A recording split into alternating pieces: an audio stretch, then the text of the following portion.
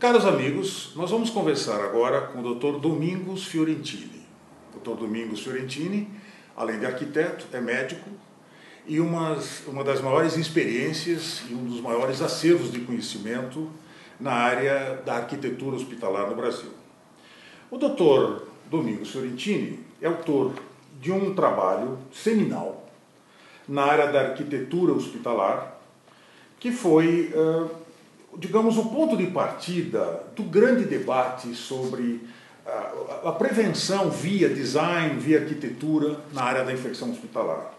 Esse é um trabalho de 1995, liderado pelo Dr. Domingos Fiorentini, que teve a participação da Vera Helena de Almeida Lima e do doutor, na época, na verdade ele era engenheiro, né? Jarbascado. Engenheiro e arquiteto. Engenheiro e arquiteto Jarbascado. Muito bem, mas o doutor Domingos foi o pioneiro desse trabalho, foi quem liderou o trabalho, e depois esse trabalho teve uma divulgação oficial, se tornou a grande referência de toda a área da arquitetura e do design brasileiro em volta do assunto de infecção hospitalar. E hoje, passados todos esses anos, a gente vai revisitar esse trabalho. Nós vamos, depois de todos esses anos, olhar para o que aconteceu, a evolução que o mercado teve, e vamos ouvir, então, da voz do autor desse estudo, né, como ele enxerga, passados esses anos todos, a situação da prevenção do controle da infecção hospitalar por meio da arquitetura e do design. Doutor Domingos, por favor. Bom, é um orgulho novamente estar aqui junto com o Celso para prestar um testemunho importante do que a gente considera como um dos maiores problemas da vida do hospital, que é a infecção hospitalar.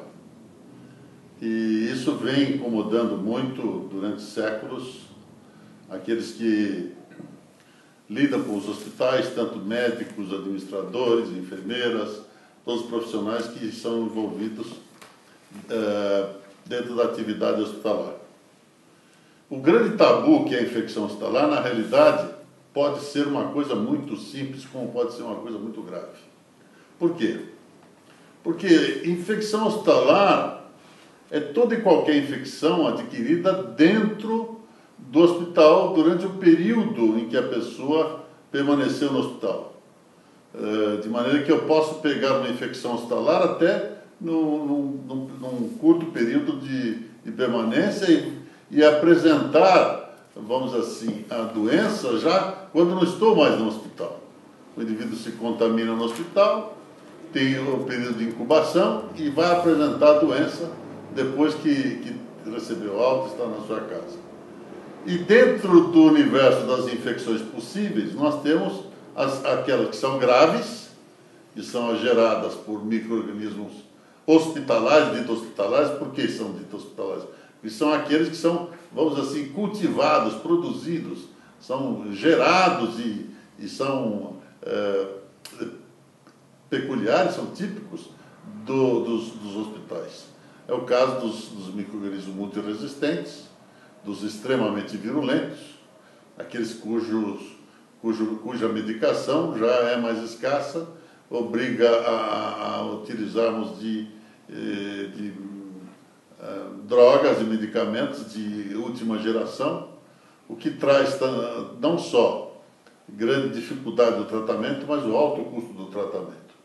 Isso resulta num prejuízo muito grande, além do alto índice de mortalidade que esse tipo de ocorrência gera.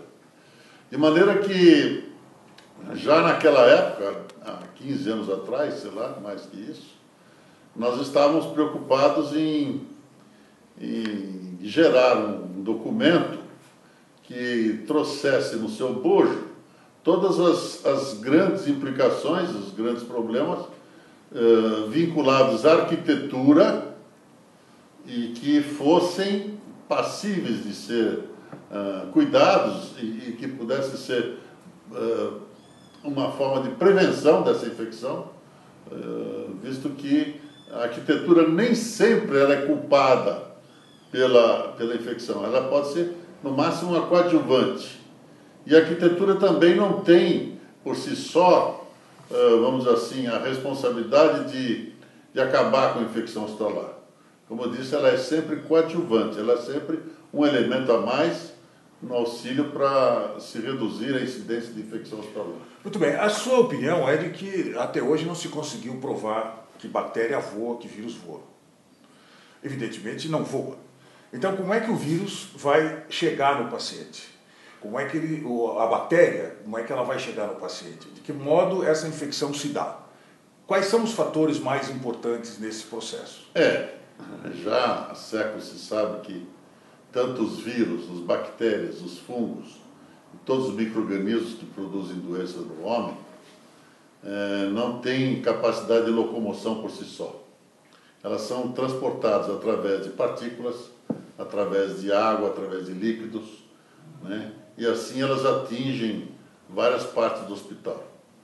Podemos ter partículas de suspensão no ar, que são as gotículas de Flug, as partículas de Welch, que vocês conseguem enxergar quando um facho de luz atravessa um orifício relativamente pequeno.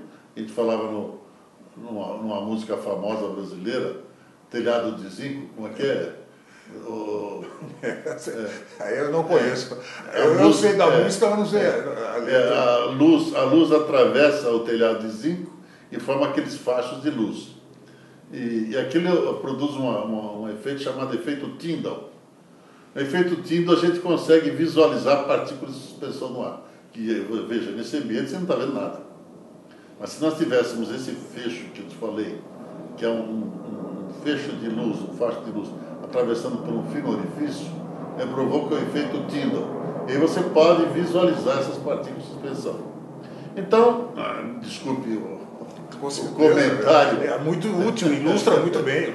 Comentário, mas mostra que nós vivemos, se vocês balançarem a mão desse jeito, vocês vão ver uma certa resistência que a gente encontra, como se fosse um plasma invisível, que está absolutamente carregado dessas partículas. Partículas maiores, partículas menores. Geralmente as partículas maiores são as que transportam maior quantidade de micro-organismos, pela própria física, pela própria qualidade dessas partículas, elas encontram-se numa posição mais próxima do solo. As partículas menores, e quanto menores forem, quase com massa zero, essas têm o efeito de flutuarem mais e de estarem nas camadas mais altas. E essas partículas elas são responsáveis pelo transporte desses micro-organismos. Além do que, outros mecanismos de transporte e transferência são muito usuais. Por exemplo, as mãos, né? As mãos do ser humano são, vamos dizer assim, talvez o meio de atividade, de trabalho, de exercícios, etc., mais utilizado.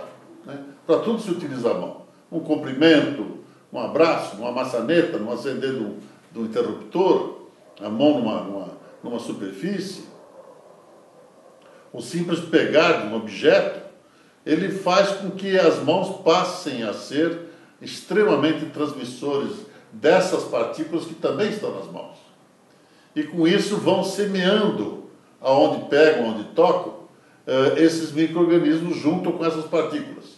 Se nessas superfícies nós encontrarmos umidade, matéria orgânica, há a possibilidade não só de nós termos os micro-organismos nessa superfície, mas como a multiplicação desses micro-organismos, que a gente chama de colonização dos espaços, das superfícies, dos materiais. Se nós então manipularmos matérias orgânicas, que isso você pode ver até nas placas de Petri, que você coloca a mão, e depois, num certo tempo, você vai ver a quantidade de micro-organismos que crescem nessas placas de cultura, nesses meios de cultura. Então, com isso e outros objetos de uso, lenços, roupa, tudo que pode ser veiculado, manipulado, entrar em contato com o paciente, pode se transformar num veículo de transporte de micro-organismos. Bom, então a gente vê que o hospital dado o fato de que ali nós temos pacientes, pessoas com, enfim, em tratamento, com o seu sistema imune debilitado. O hospital é um ponto, digamos, estratégico no combate a essas doenças transmissíveis e que, enfim, fazem a chamada infecção nosocomial hospitalar. Isso. Né?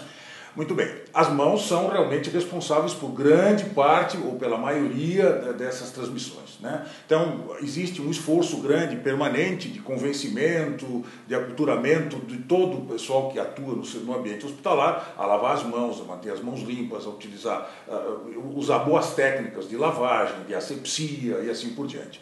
Agora, isto só resolveria o problema se houvesse uma adesão ideal. Né? Quer dizer, resolveria em termos, resolveria a transmissão via o contato mãos. Mas essa adesão muitas vezes não é a ideal, muitas vezes ela fica aquém do ideal. Por que será?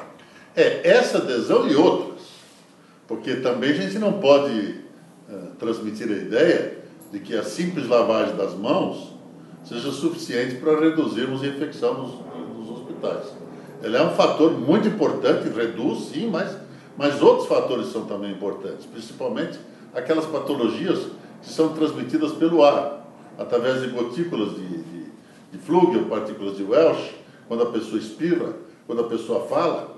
Eu estou falando agora, nesse momento, toda vez que eu pronuncio algumas palavras, principalmente com sílabas explosivas, o P, o T, o D, o B, isso tudo faz com que haja uma expulsão de partículas de saliva, e com essas partículas que ficam em suspensão, nós encontramos micro-organismos.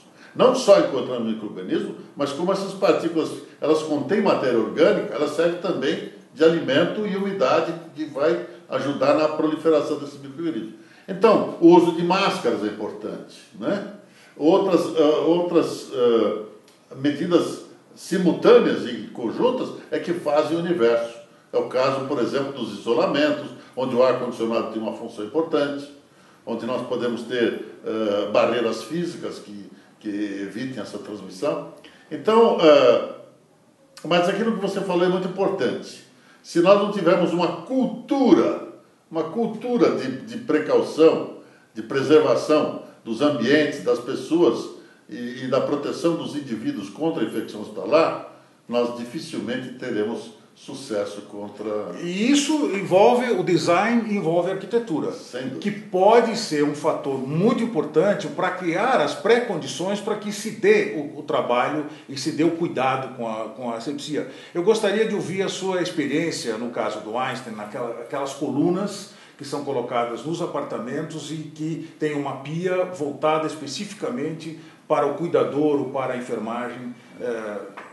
Esse elemento consta desse documento da época de 95, que não é nada mais nada menos do que uma preocupação do arquiteto em facilitar e de uma certa maneira estimular que se faça a higienização das mãos principalmente e que se tome cuidado ao adentrarmos um ambiente onde temos o paciente.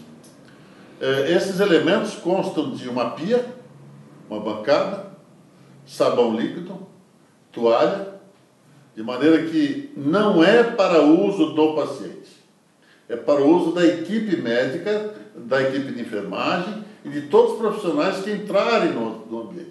Mesmo que não toque no paciente, é importante que eles higienizem as mãos na entrada e higienizem as mãos na saída. Por quê? Um simples toque numa superfície qualquer, já colonizada, já contaminada, faz com que ele passe a ser um transportador desse micro-organismo para fora desse ambiente.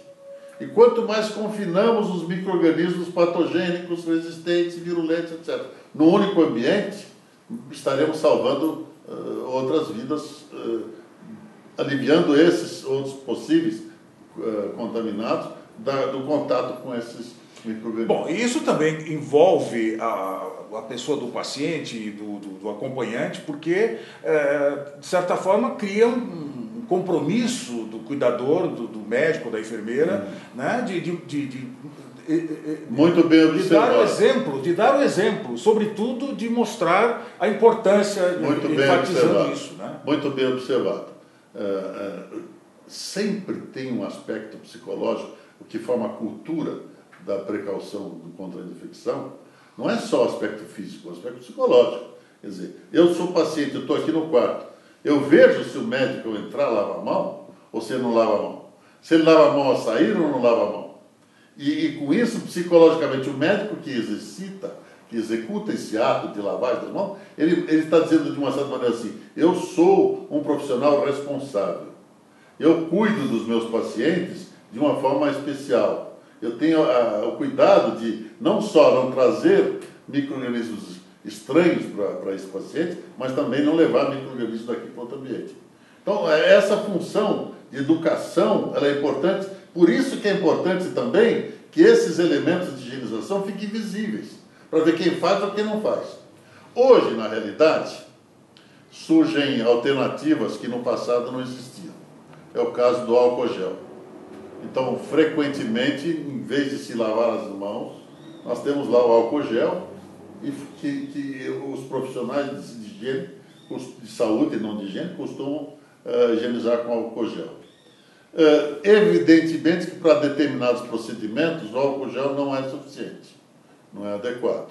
Inclusive a própria lavagem das mãos para determinados procedimentos tem que ser um ato mais acurado, um ato mais detalhado, mais profundo. Mas é importante esse fator, não só o fator físico de termos o equipamento, porque também é muito interessante, né? A gente fala, bom, tem que lavar a mão na entrada, lavar a mão na saída, e frequentemente não se encontra um lavatório na entrada e na saída. Sou virulentemente contra lavatórios fora do quarto, fora do ambiente, fora do consultório, fora da sala, geralmente colocados nos corredores. Por quê? Porque o corredor é um ambiente externo ao local onde encontra-se o paciente. E frequentemente, quando se lava a mão, aquela água cai no chão do corredor, e formando ali mais um meio de transmissão de micro-organismos, porque a umidade que o indivíduo pisa vai levando partículas para outras áreas. Então, o que acontece? Não adianta nada lavar a mão lá no corredor, depois pegar a própria maçaneta do quarto, abrir a maçaneta, entrar no quarto, sou obrigado a sair, apagar a luz, etc., para depois lavar a mão no corredor. E frequentemente lá fora eu encontro alguém que me cumprimenta antes que eu tivesse lavado a mão. Então o certo é o lavatório dentro do ambiente, não fora, não no corredor. Quer dizer, na verdade, existe uma cadeia de cuidados que devem ser tomados em toda a abordagem do combate à infecção hospitalar, não é mesmo? Quer dizer, basta que um elo dessa corrente, dessa sequência de cuidados se quebre para que todo esse processo possa ser comprometido. Não é bem um elo, né? Porque esse universo é muito complexo. Então, quanto maior a abrangência dos cuidados de prevenção, melhor e mais eficaz é a solução, né? É muito difícil dizermos assim, bom, bastou lavar a mão para o indivíduo estar reduzido. Com certeza. Ele reduz. Mas se ele fizer, além de lavar as mãos, tomar outras precauções, isso será muito, muito importante, né? E se a gente olhar do ponto de vista assim, do conjunto de coisas, o que na sua opinião, digamos, é mais relevante? Por exemplo, a gente sabe que uma das primeiras providências no combate à infecção hospitalar foi a troca de roupa da cama, quer dizer, roupa limpa, lavagem de mãos. Semmelweis falava nisso, né? Quer dizer, com isso ele criou a primeira luta, foi um grande combate para convencer. Pois é. Agora, aquilo já faz um certo tempo e, não obstante isso, muita gente continua não acreditando no que não se vê. No que não se vê, né? O que a gente sabe é que agora todo esse assunto de infecção hospitalar volta à tona, há uma série de iniciativas que estão sendo tomadas em volta disso, porque cada vez mais a gente começa a ter o registro de bactérias resistentes. Se a gente olhar um pouco a cronologia, a gente vai ver que a chegada dos antibióticos na década de 40, sobretudo, né, geraram uma grande esperança. Bom, vencemos a infecção. E durante 20 anos, possivelmente, talvez 30, até a década de 70, 80, se acreditava que via antibiótico a gente resolvia todo o problema. Era questão de ter os antibióticos à mão, de usá-los adequadamente e se venceria 99% das infecções e, portanto, não se justificava um grande esforço estratégico. E isso gera um custo econômico, um custo social importante. Qual a sua visão sobre o quadro geral desse combate hoje? Então, começa com o desenvolvimento dos antibióticos. Pensava-se que chegaríamos em um momento onde as mutações dos micro-organismos, o surgimento de cepas multiresistentes, etc., alcançasse um ponto onde a ciência não tivesse mais condições de criar antibióticos que pudessem ser eficazes contra esses micro-organismos.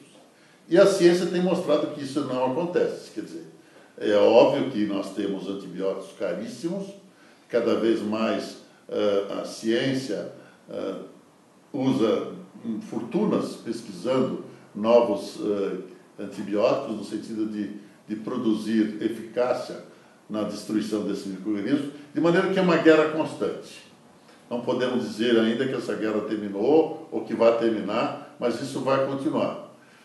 Tivemos uma ajuda muito grande agora com o desenvolvimento o surgimento da biologia molecular, que faz com que a gente interfira no gene, ou passe a conhecer o gene do micro-organismo. E que hoje você classificar uma cepa de outra é extremamente fácil através da pesquisa genética desses micro-organismos. De tal sorte que tudo isso são armas que a própria ciência vai desenvolvendo ao longo do tempo, nos ajudando cada vez mais, não só a nos defender das infecções, mas combater esses micro-organismos que são agressivos. Então, por mais que se queira, sempre nós vamos criar micro-organismos resistentes e sempre nós estaremos, queira Deus, nos prevenindo, nos preparando com novos medicamentos, novas drogas, no sentido de combatê-los eficazmente. Esse é um aspecto. Outro aspecto importante é que não se pensa em acabar com a infecção hospitalar, porque isso é impossível.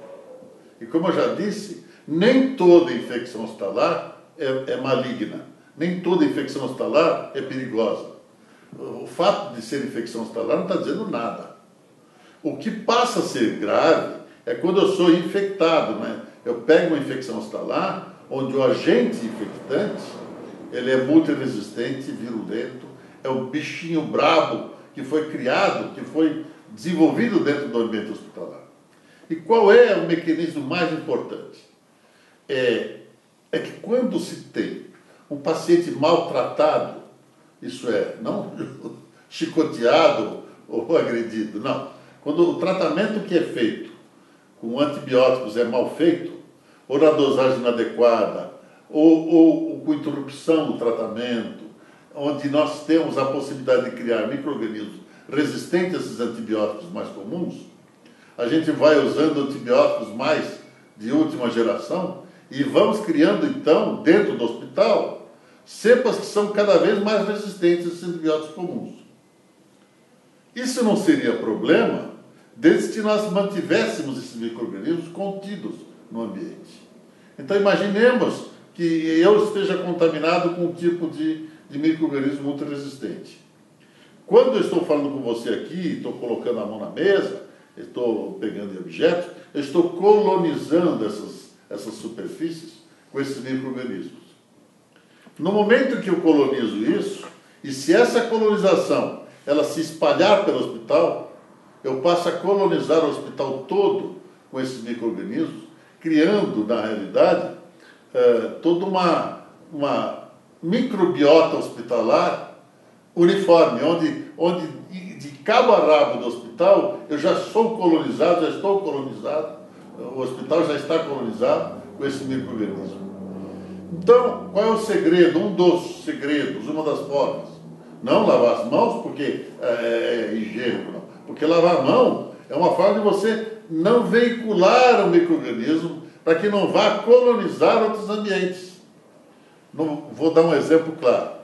Eu fiquei, numa certa oportunidade, internado no hospital e foi num momento por um problema de aspiração, aspirei suco gástrico, etc.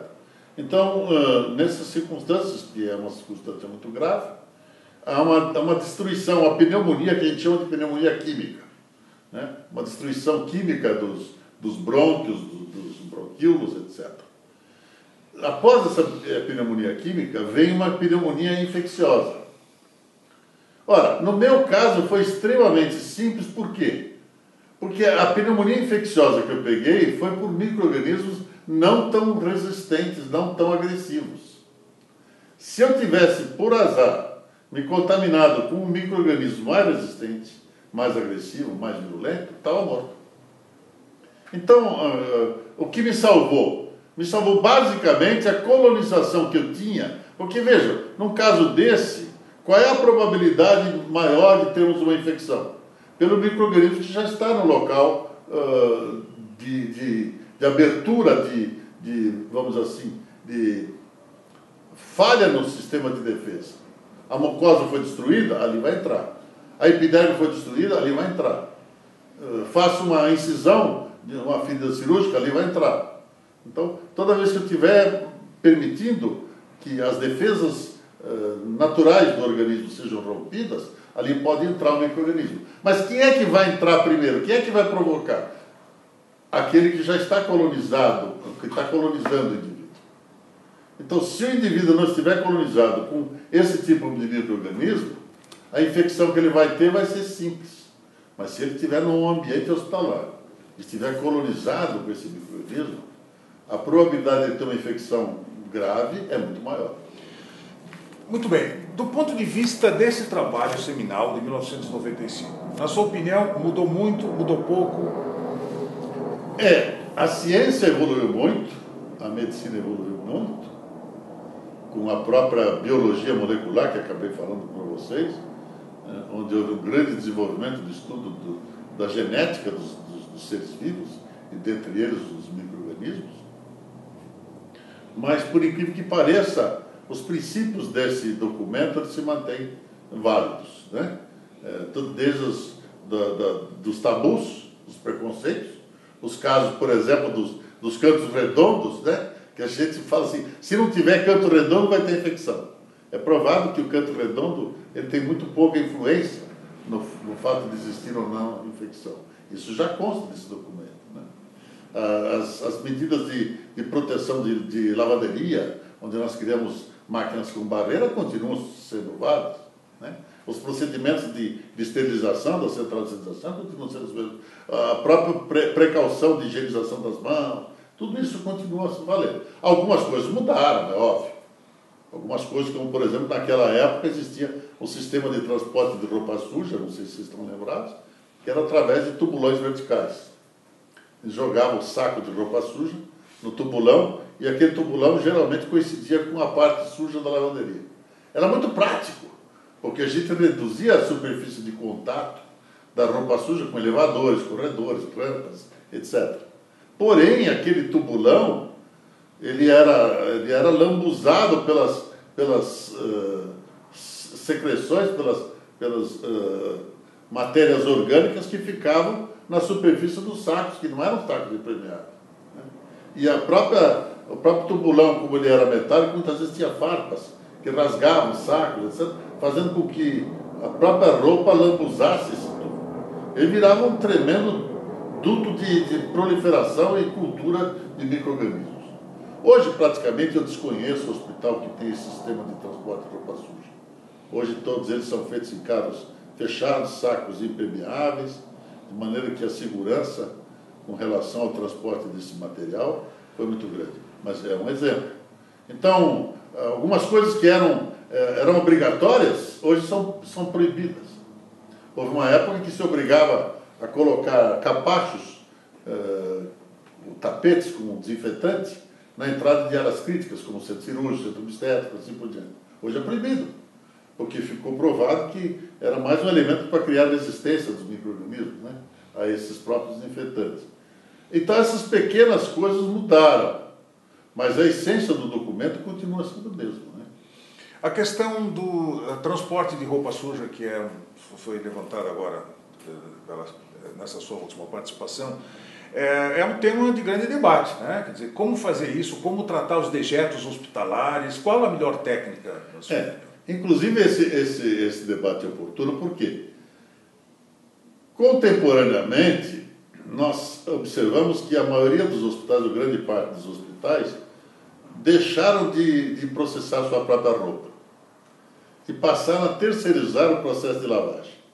Isso fez com que a viagem, o trajeto da roupa suja, desde o seu ponto de uso, desde a sua origem, né, onde estava com o paciente, o portador de uma moléstia transmissível, até o procedimento de lavagem, passasse a ter uma distância muito grande.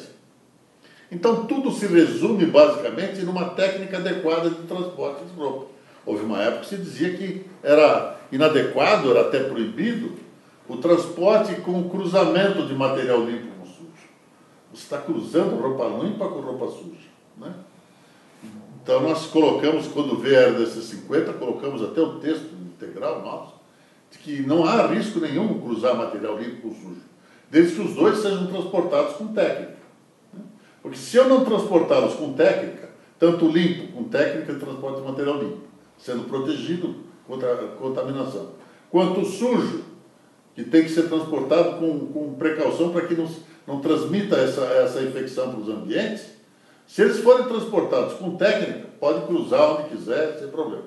Porém, se eles forem transportados sem técnica, onde quer que eles passem, o limpo estará sendo contaminado e o sujo estará contaminando, fazendo com que venha exatamente ao contrário daquilo que eu acabei de falar. Passemos a colonizar o hospital inteiro com micro-organismos muito resistentes.